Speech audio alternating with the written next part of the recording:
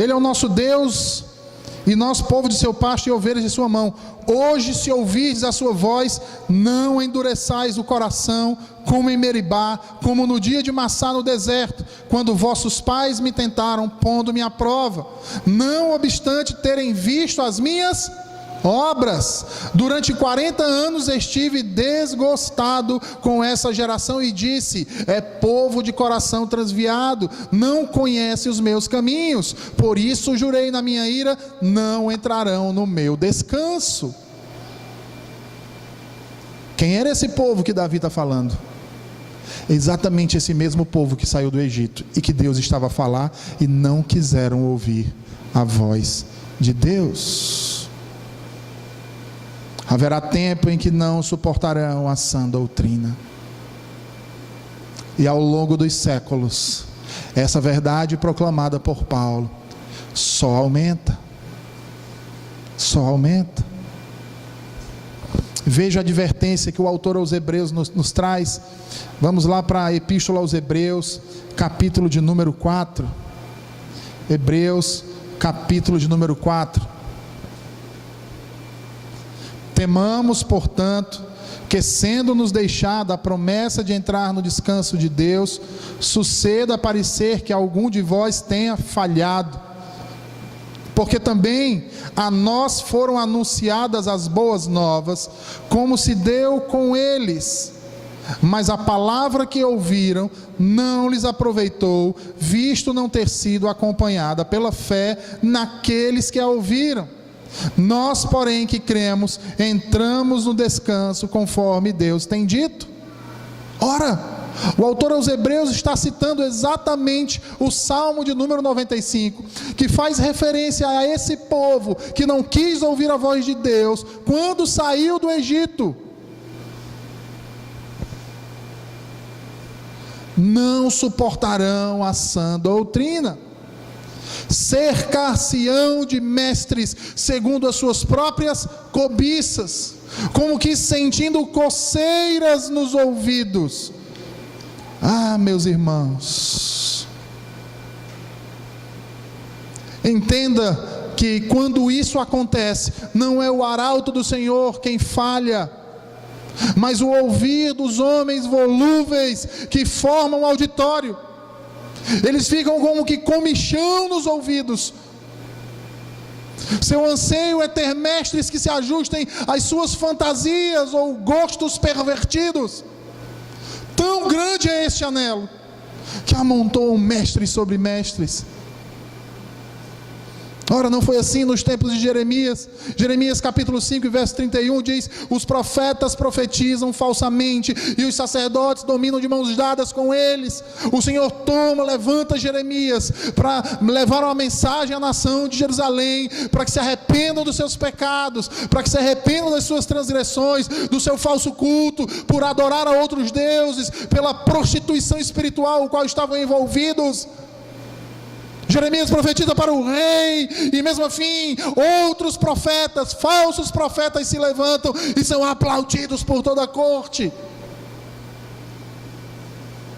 Em Ezequiel 33 e 32, acontece a mesma coisa. O profeta diz: eis que tu és para eles como quem canta canções de amor, quem tem voz suaves e tange bem, porque ouvem tuas palavras, mas não as põem por obra.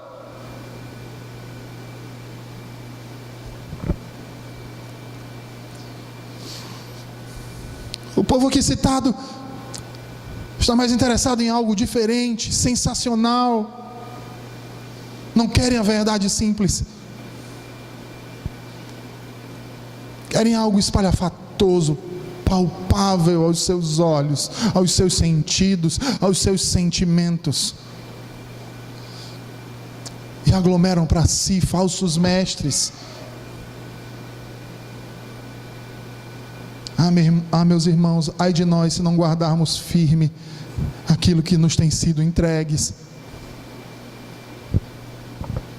Não será assim hoje quando ligamos as televisões das nossas casas e passamos por aqueles programas gospel, igrejas inundadas de gentes, para assistir um espetáculo segundo as suas paixões e desejos.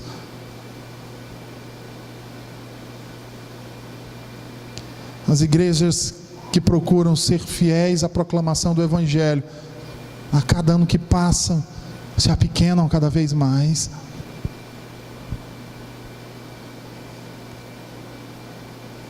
Mas os outros que usam de verdadeiros espetáculos, não possuem mais nem igrejas, mas grandes galpões. E eu não tenho dúvida que daqui a alguns anos terão até estádios próprios.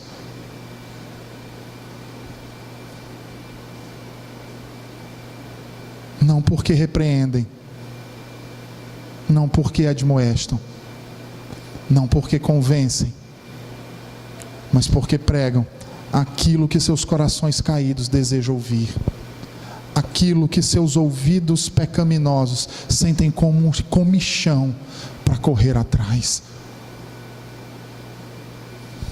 Aqui em 2 Timóteo capítulo 4 e verso 3, a ênfase está posta no apego a histórias fascinantes e especulações filosóficas. E afastarão seus ouvidos da verdade e se voltarão para os mitos. As pessoas não conseguem digerir a verdade redentora de Deus. As pessoas querem sempre o extraordinário, o espetacular. Querem ver o show.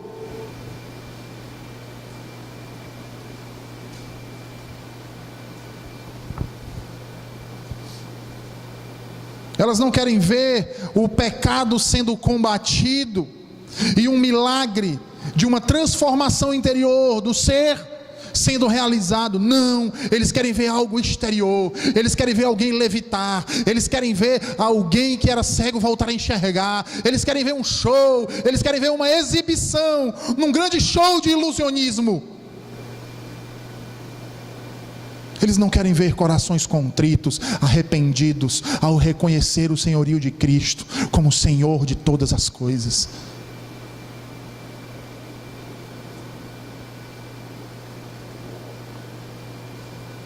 As pessoas não conseguem digerir a verdade redentora de Deus, a qual trata do pecado e da condenação com a necessidade de uma mudança interior. Ao contrário, afastam-se dela e se voltam para os mitos. Tem tanta coisa surgindo por aí, meus irmãos. É toalha ungida, é sabonete ungido, é o lenço que foi molhado nas águas do Jordão e atravessou o Mar Vermelho e percorreu quilômetros, quilômetros e quilômetros para trazer a bênção e a unção de Jeú.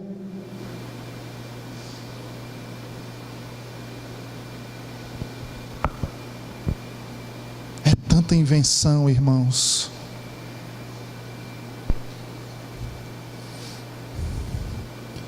Voltam-se para os mitos, aquelas velhas fábulas familiares mencionadas anteriormente, ou algo que se assemelhe.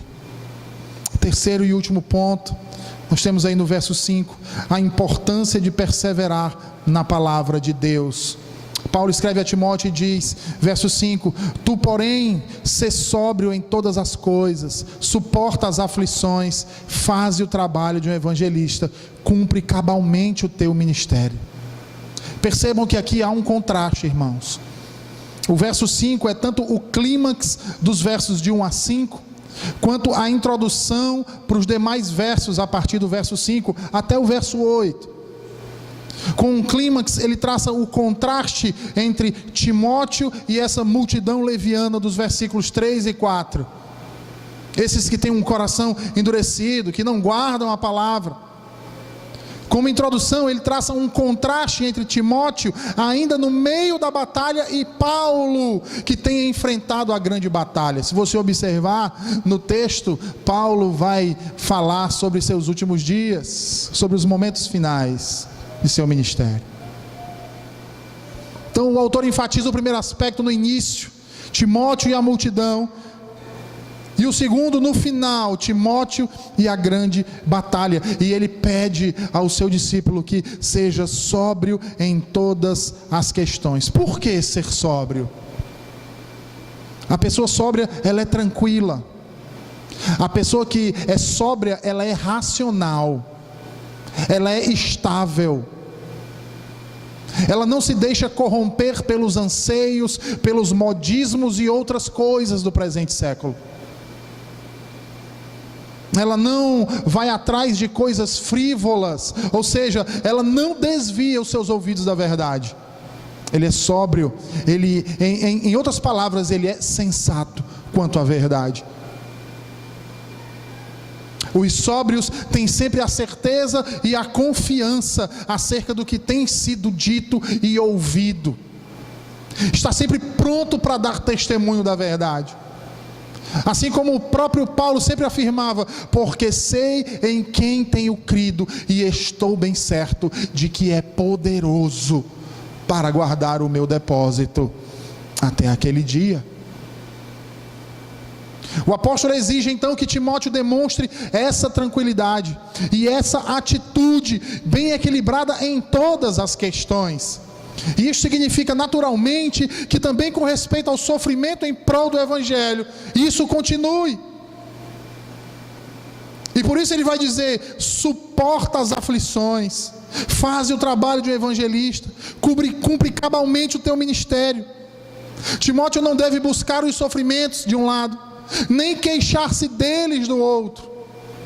Simplesmente deve fazer a obra ao qual foi incumbido, disposto a suportar os maus tratos, disposto a suportar as perseguições, o sofrimento, até mesmo regozijando-se de que seja assim considerado digno de sofrer desonra por amor ao nome de Cristo e da sua verdade. E é interessante porque há uma unidade no pensamento apostólico, e como é belo de vermos isso nas Escrituras. Nesse mesmo espírito, o apóstolo Pedro escreve aos cristãos dispersos do Ponto, da Galácia, Capadócia, Ásia, Bitínia, que estão sob ferrenha perseguição. Ele os admoesta a manterem-se firmes e exultantes na fé que lhes foi outorgada. Abra sua Bíblia em 1 Pedro, capítulo 1, do verso 6 ao verso 9.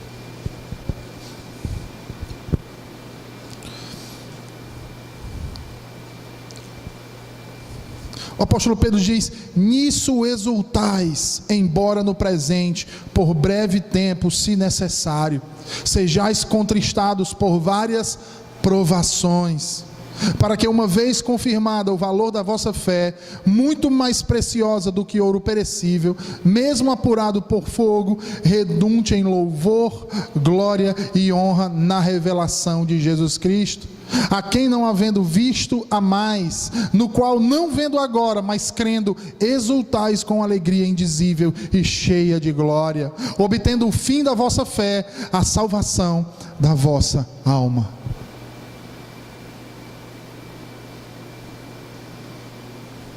Em outras palavras, ele está dizendo: guarda a palavra que lhes foi dita, persevera na fé que lhes foi outorgada, preguem a palavra, mesmo que isso lhes traga sofrimento, e quando o sofrimento chegar, exultai no Senhor, alegrai-vos por sofrerem por amor à verdade, por sofrerem por amor a Cristo. É isso que Pedro está dizendo a ele e está dizendo a todos nós nesta noite. Paulo exorta Timóteo a não permitir que algo detenha, mas que cumpra o seu chamado até as últimas consequências. Ou seja, Paulo está dizendo: se for necessário que a sua vida se vá, se for necessário entregar a sua própria vida e o seu corpo para ser queimado, crucificado, dilacerado pelas feras, exultai nisso também. Mas jamais deixe de pregar a palavra, jamais deixe de anunciar a verdade, quer seja no tempo ou fora do tempo. Em outras palavras, quer haja perseguição, quer não haja perseguição, não deixe de pregar a palavra. E pregue, reprovando o pecado, repreendendo e admoestando com toda longanimidade e doutrina. Vejam, queridos irmãos, dessa mesma forma, nós também devemos guardar essa palavra. Não só porque virá a apostasia e dias maus à nossa frente, mas porque foi para isso que fomos chamados. O mundo hoje não defende mais a verdade. Para o mundo hoje a verdade é algo relativo, e nós não podemos nos calar diante dessa blasfêmia que o mundo moderno procura propagar pelos quatro cantos. Nós, como conhecedores da verdade, devemos sustentar, guardar e perseverar acerca da verdade das Escrituras, acerca do Evangelho, acerca de Cristo Jesus, mesmo que por isso, ou para isso, tenhamos que perder nossas casas, tenhamos que perder nossas vidas. Afinal de contas, foi para isso que fomos chamados. Foi para isso que fomos chamados. Jesus Cristo não nos chamou para vivermos nesta vida em um mar de rosas. Ele nos prometeu aflições. Nestes últimos dias Ele disse: no mundo tereis aflição, mas tende bom ânimo, eu venci o mundo. Em outras palavras, Ele está dizendo: perseverai, tenha fé. Ele venceu, triunfou. Perseverai e não arrefeceis na fé. Lembre-se que Ele intercede por nós, à destra do Pai. Em João 17, versos 14 ao verso 23, nós encontramos a oração sacerdotal de Jesus. Abra sua Bíblia lá.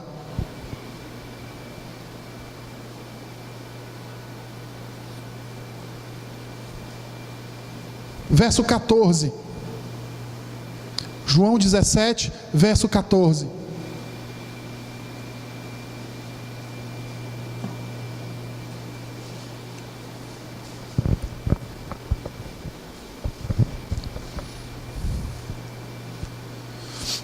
Veja o que Jesus diz: eu lhes tenho dado a tua palavra, e o mundo os odiou. Por quê? Porque eles não são do mundo, como também eu não sou. Não peço que os tires do mundo, e sim que os guardes do mal. Eles não são do mundo, como também eu não sou. Santifica-os na verdade. E qual é a verdade? A tua palavra é a verdade. Assim como tu me enviaste ao mundo, eu também os enviei ao mundo. E a favor deles eu me santifico a mim mesmo, para que eles também sejam santificados na verdade.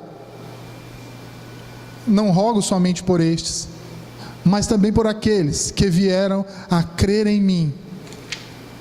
Por intermédio do quê? Da palavra.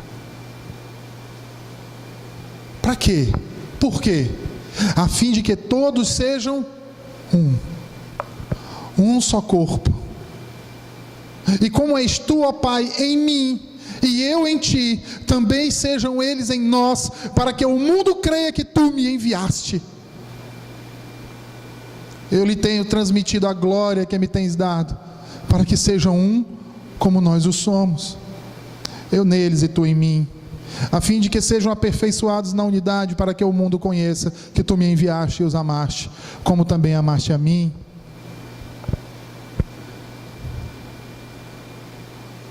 Vejam, queridos, atentem, portanto, à palavra da salvação, mediante a fé que uma vez nos foi outorgada. Creiamos e prossigamos com confiança, como diz o autor aos Hebreus, Temamos, portanto, que sendo nos deixada a promessa de entrar no descanso, suceda parecer que algum de vós tenha falhado. Porque também a nós foram anunciadas as boas novas, como se deu com eles, mas as palavras que ouviram não lhes aproveitou. Nós, todavia, que a escutamos pela fé, não podemos voltar atrás, por pior que sejam os problemas e o sofrimento. A palavra que nos foi pregada, o dom que nos foi dado, da fé, se realmente fomos regenerados e chamados pelo próprio Deus, não podemos voltar atrás. Se você bem lembrar, nós começamos a mensagem de hoje trazendo as palavras de Martin Luther King, um discurso que tem sido propagado por diversas pessoas em diversas partes do mundo.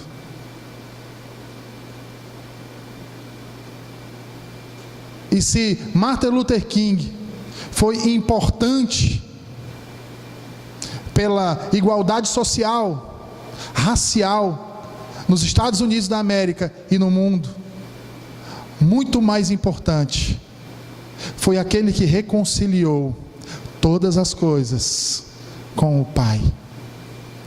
Muito mais importante é a palavra daquele que criou todas as coisas e por meio do qual todas as coisas foram feitas. Muito mais importante é a palavra daquele que é o autor da vida, daquele que dá a vida. Muito mais importante é a palavra daquele que pode curar, que pode salvar e que pode nos dar a vida eterna. Vamos orar? Senhor Deus bendito e santo, nós te agradecemos, Senhor, pelo privilégio de ouvirmos a tua palavra, de ouvirmos, Senhor, a tua verdade sendo propagada aos nossos corações. Ó Deus, aumenta a nossa fé. Pai querido e santo, nos sustenta com a tua destra. Não deixa, Senhor, que nossos pés tropecem em pedra alguma, Senhor, mas nos sustenta. Aumenta a nossa fé para suportarmos, Senhor, as aflições deste mundo, destes últimos dias. Aumenta a nossa fé, Senhor, para encararmos todos os desafios que surgem dia após dia diante das nossas vidas, para provar essa fé que nos foi outorgada por Ti. Que possamos, Senhor, naquele grandioso dia, sermos encontrados diante de Ti, e ser revelado em nós, Senhor, aquilo que Tu tens para nós, como foi dito na Tua palavra, Senhor. Quão grandioso dia será em que Tu revelarás quem são Teus filhos. A criação anseia por esse dia, Senhor. Ela geme e sofre aguardando esse grandioso dia, assim também como nós. O dia, Senhor, em que seremos refeitos uma vez por todas, e entraremos, Senhor, no Teu descanso prometido a nós, no novo céu e numa nova terra, e teremos, Senhor, todas as dificuldades, e as lágrimas serão enxutas das nossas faces, e viveremos, Senhor, diante de Ti, descansaremos em Ti eternamente. Tem misericórdia de nós, Senhor, em nome de Jesus. Amém. Amém.